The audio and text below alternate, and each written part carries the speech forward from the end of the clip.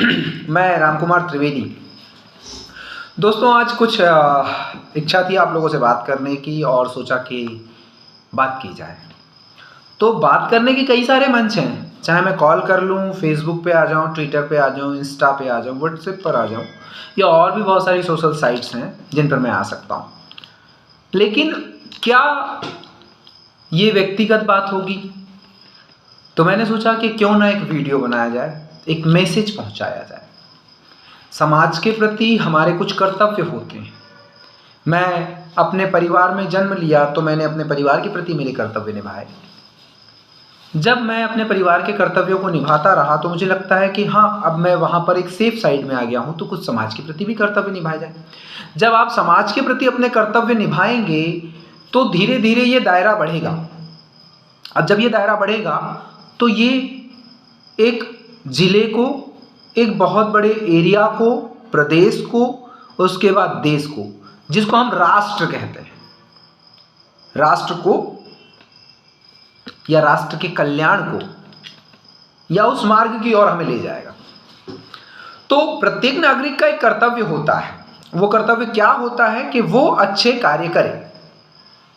अच्छे कार्यों के लिए आपको किसी टीचर की जरूरत नहीं होती है। अच्छे कार्यों के लिए आपको किसी टीचर की जरूरत नहीं होती। अच्छे कार्य स्वतः किए जाते हैं। ये आपके संज्ञान में रहता है कि कौन सा कार्य पॉजिटिव सकारात्मक है और कौन सा कार्य नेगेटिव नकारात्मक है। क्योंकि नकारात्मक कार्य करेंगे तो उससे दुष्प्रभाव, समाज में दुष्कृति पैदा होंगे, और सकारात्मक कार्य करेंगे तो समाज में सकारात्मक परिवर्तन होंगे। आपके हृदय, आपके मानसिक, आपके शारीरिक समस्त चीजें जो आपको पॉजिटिव वाइब्स देंगी वो संतुष्ट रहेंगी।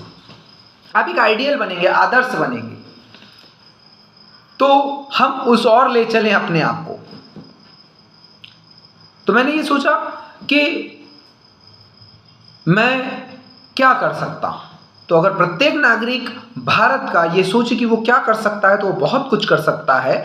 और जो हम बार बार कहते हैं कि स्वर्ण चिड़िया, तो वो बन नहीं जाएगी, बनाना पड़ेगी। स्वर्ण चिड़िया बनाना पड़ेगा। आज अगर वर्तमान भारत की हम बात करें तो वर्तमान भारत में देखा जाए तो जाति बंधन बड़े जटिल तो नहीं हो रहे हैं, पर अब वो जाति बंधन पर जो कुठाराघात लगे थे, अब वो जाति वाले ही उसमें द्वेष भावना डाल रहे हैं। जाति के बंधन अब जटिल नहीं है, पर उनमें अब द्वेष भावना आ रही है कि तुम ब्राह्मण हो, तुम क्षत्रिय हो, तुम वैश्य हो, तुम शूद्र हो।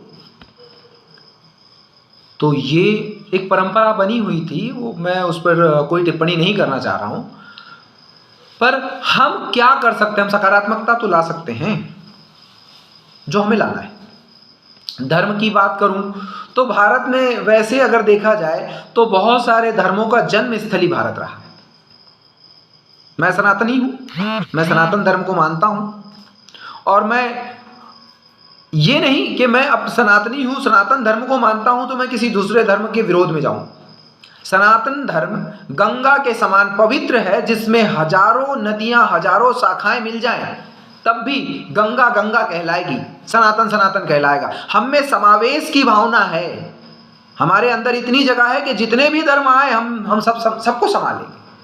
हम किसी की प्रकृति में परिवर्तन नहीं करेंगे, सबका सम्मान करेंगे। वी इंडियंस, हम बहुत टॉलरेंस हैं, बहुत सहिष्णु हैं। सहिष्णुता की पराकाष्ठा हमारे हिंदुत्व समाज में मिलेगी। मैं ये नहीं कह रहा कि मैं कोई हिंदू एजेंडे को फॉलो कर रहा हूं, पर हमने जो महसूस किया है उस महसूस होने वाले परिवर्तन नहीं, उस अनुभव को मैं बता रहा हूं।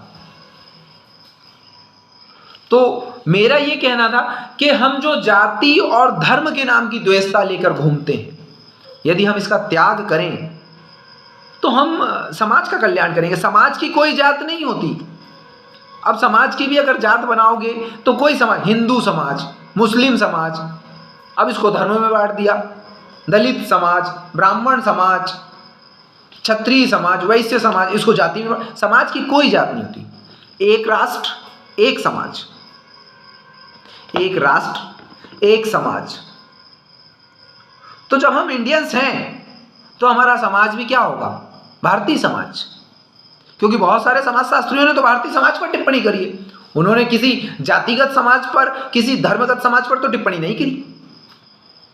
और हम कुछ लोगों के बहकावे वाले छलावे में आकर अपने मधुर संबंधों को खत्म कर देते हैं।